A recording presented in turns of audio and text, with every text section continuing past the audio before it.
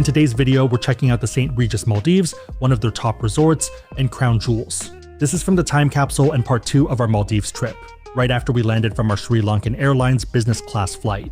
We'll take you through the entire experience, showcase 2 of their rooms, and things to do on property. Big favor before we dive in is to hit the like button to help with the algorithm, and if you want to travel smarter, consider subscribing.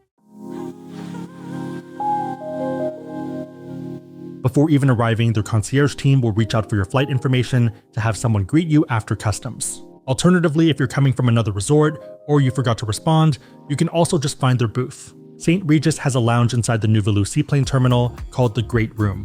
This is a short drive away and is usually open between 6 AM to 6 PM. Inside, you'll get comfortable seating zones and a small kids corner. The balcony overlooks the Seaplane Pier, which is great for plane spotting. In terms of food, there's complimentary snacks and drinks, but think light bites rather than full meals. There's finger food, soft drinks, coffee, and the basics. If you want something more substantial, they have made-to-order items like pizza or burgers, but of course, menus can change. There's also showers available, which are nice if you are capping off a long day of flying. Staff handle seaplane check-in and boarding passes, then escort you to the gate.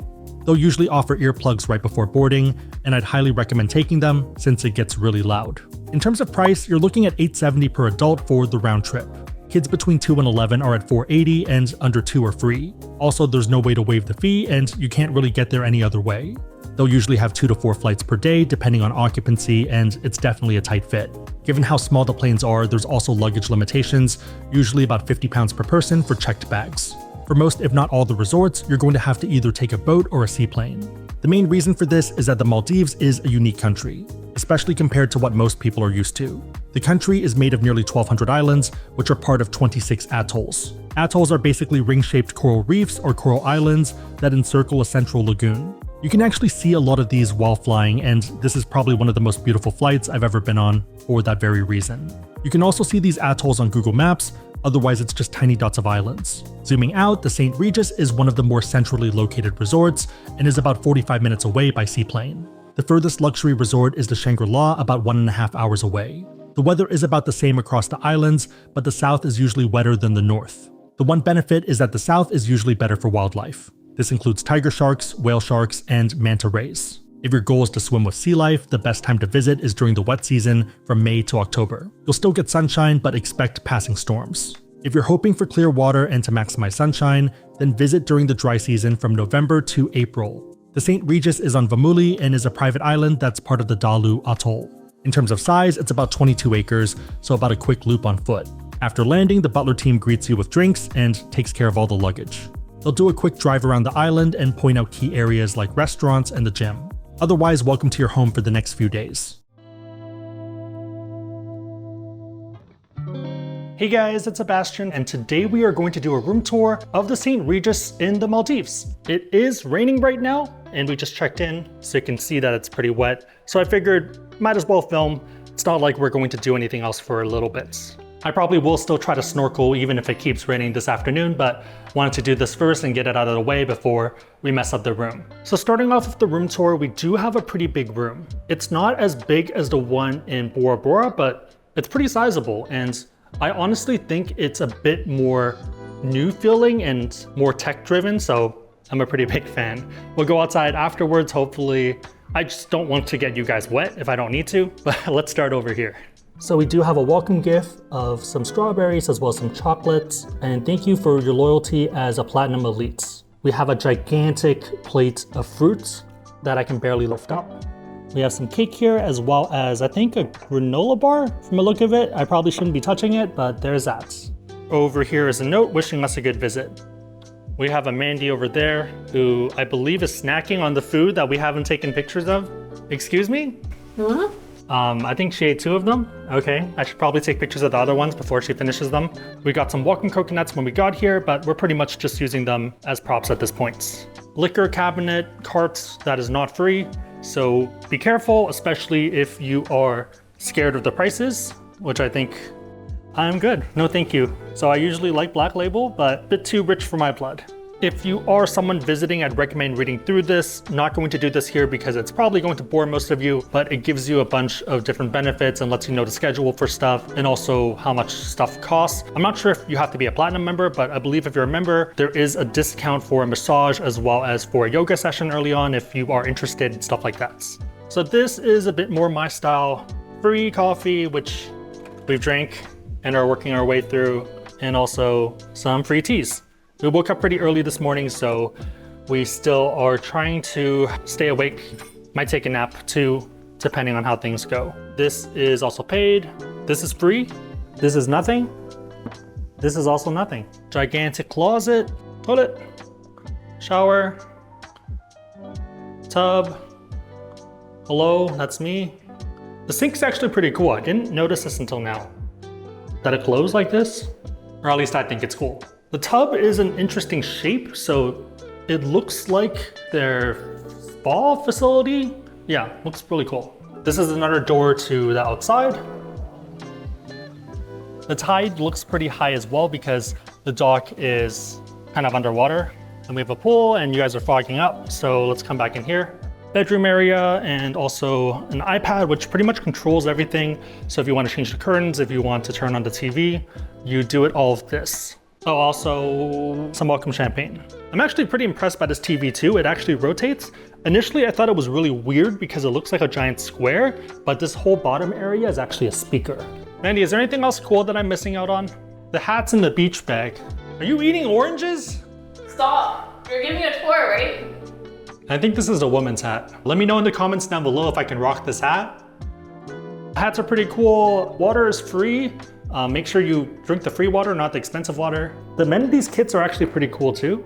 So I'm not sure if you can keep this. I'm assuming it's a no. Just haven't really seen a property with stuff like this. Pool, water, and then areas to hang out in. And I realize you guys can't see, but I also have the same problem with my glasses, so we're in the same boat. From my understanding, there's generally 2 seasons. There's the peak season and then there's the off season. Off season is typically the rainy season where it's a bit cheaper, and also a lot of places have promotions. I believe St. Regis, when you use points, they actually give you half board, so they give you food when you're here, which is typically very expensive just because it's rainy and there's less occupancy. This is technically peak season, but you can't control the weather. It's part of life and sometimes you gotta make the most of it. If you're looking to visit and trying to optimize for prices or award availability, I'd recommend coming during shoulder season. This is the in-between period between off-season and prime time. For example, October and November or April and May. The downside is that the weather is more variable. For example, maybe rainy mornings, but clear skies for the afternoon, or even just passing storms. In terms of status, the sweet spot for St. Regis is Bonvoy Platinum Elite. The main reason is because you get a welcome gift and you can pick breakfast. The alternative is paying for it directly. At the moment, it's $80 per person per day. For a 4-night stay, you're looking at $640 for 2. The easiest way to get Platinum Elite status without staying 50 nights per year is getting their credit cards. I'll put a blog post down below with more details, but if you want to learn more about cards, we have links on the website asksebby.com and also down below in the description box. Make sure the links are competitive, but otherwise, it's a huge way to support the channel, so thank you in advance. Alternatively, I'd recommend booking through a VIP travel portal like Cardonomics. This gets you access to special rates from Virtuoso or Stars. Prices can differ by dates, but for November looks like Virtuoso's cheaper.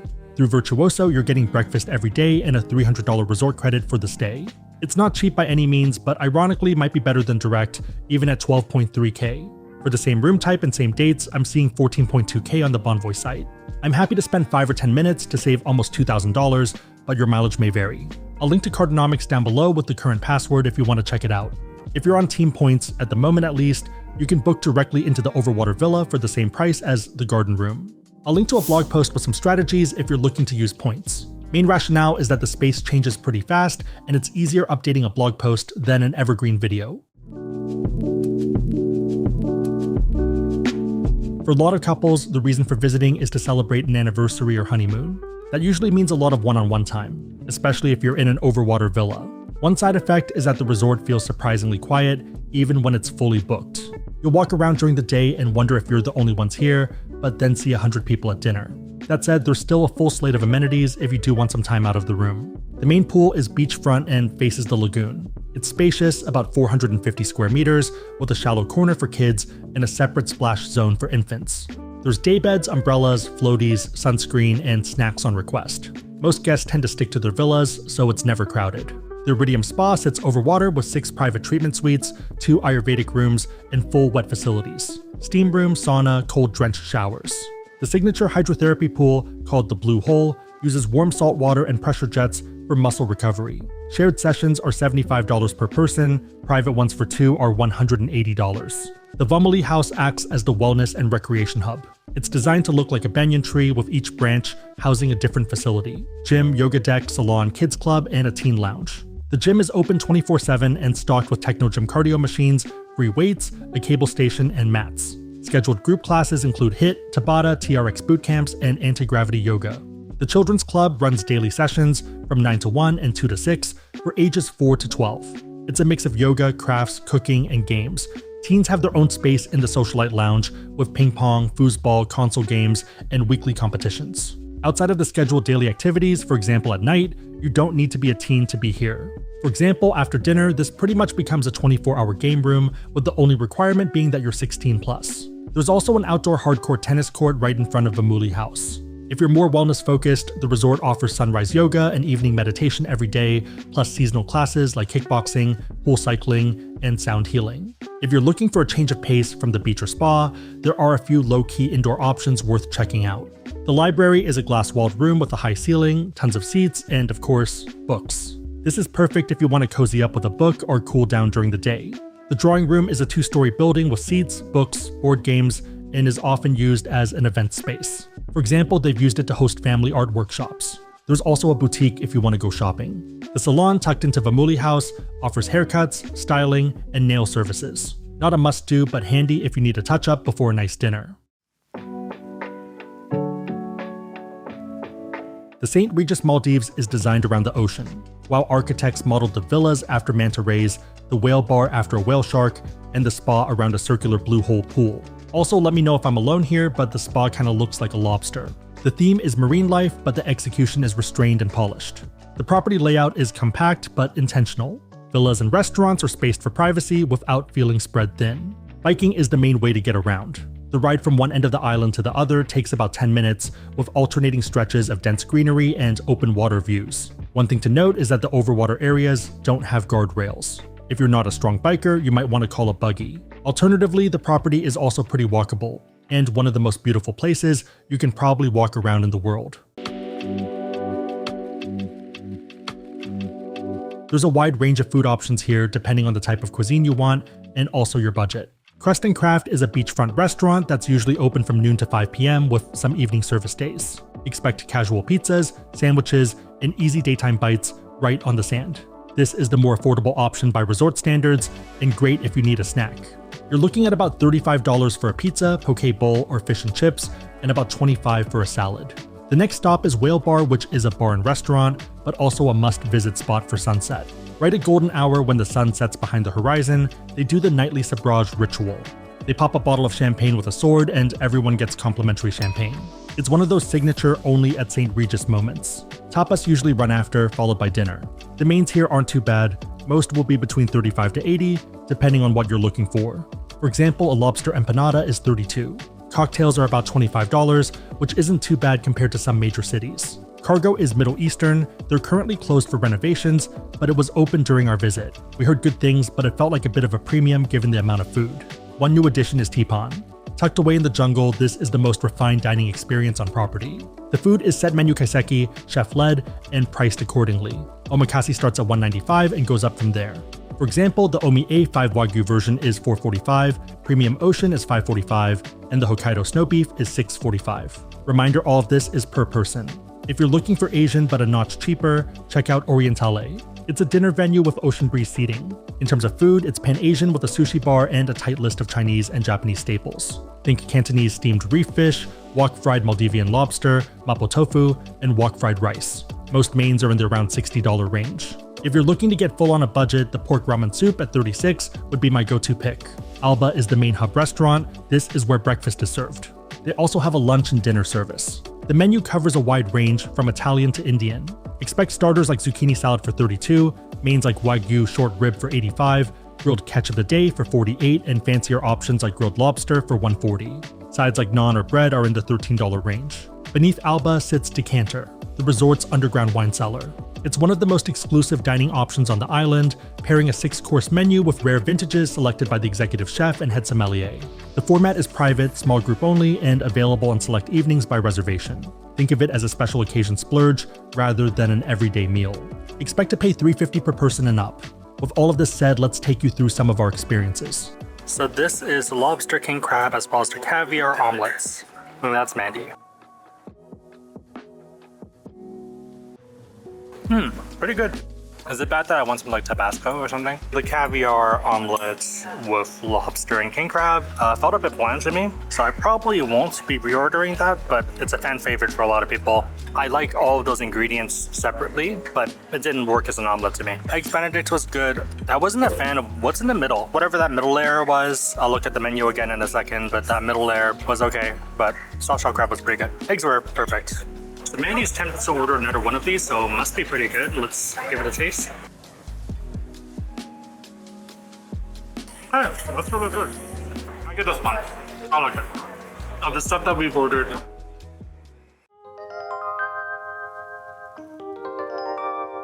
If you're looking for the flagship beach villa at the St. Regis Maldives, this is it. The Caroline Astor Estate is the top-tier beachfront option, 2 floors, 3 full bedrooms, and direct access to the sand. From the moment you walk in, the space feels more like a house than a hotel suite. The villa covers almost 7,000 square feet, with double-height ceilings, floor-to-ceiling glass, and a living room that opens straight to the beach. There's 2 bedrooms downstairs, both twins, and a massive primary suite upstairs with its own balcony. The layout is designed for families or small groups, and it even includes a dedicated nanny room with a separate entrance for staff. The living space is anchored by a show kitchen and a 6-person dining table. Whether you're entertaining or just ordering in-room breakfast, everything is framed by panoramic ocean views.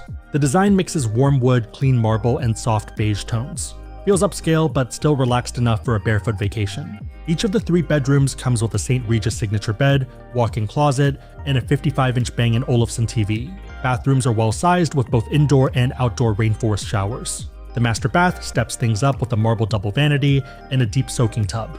It's a strong setup if you're planning a longer stay and want hotel-grade luxury with residential space. Outside, the villa has a 67 square meter private pool with loungers, day beds, and a shaded dining nook. You're right on the beach, just a few steps from the water. It's great for families with kids, especially if they're not strong swimmers. In terms of activities, you have a few key options. Number 1, and the most obvious, is hanging out with your family or player 2. Whether that's walking and especially biking around the property, hanging out by the Overwater areas, taking some pictures, or having some alone time, this is a great place to do it. Number 2 is to join in daily activities. This includes sunrise yoga and zero gravity yoga. Also, depending on season, there might be pop-up events and workshops. Next up is enjoying the spa. If this is up your alley, they usually have a welcome massage at a substantial discount on your first day or 2. If you're here for a honeymoon or anniversary, they'll usually grant you a free hour in the Blue Hole hydrotherapy pool. Definitely a fun experience and great way to relax. My favorite activity, and also one that's free, is snorkeling on property. Most villas at the St. Regis sit along the house reef, so you can snorkel straight from your room. The drop-off happens quickly once you're past the sand shelf, with healthy coral and fish activity close to shore.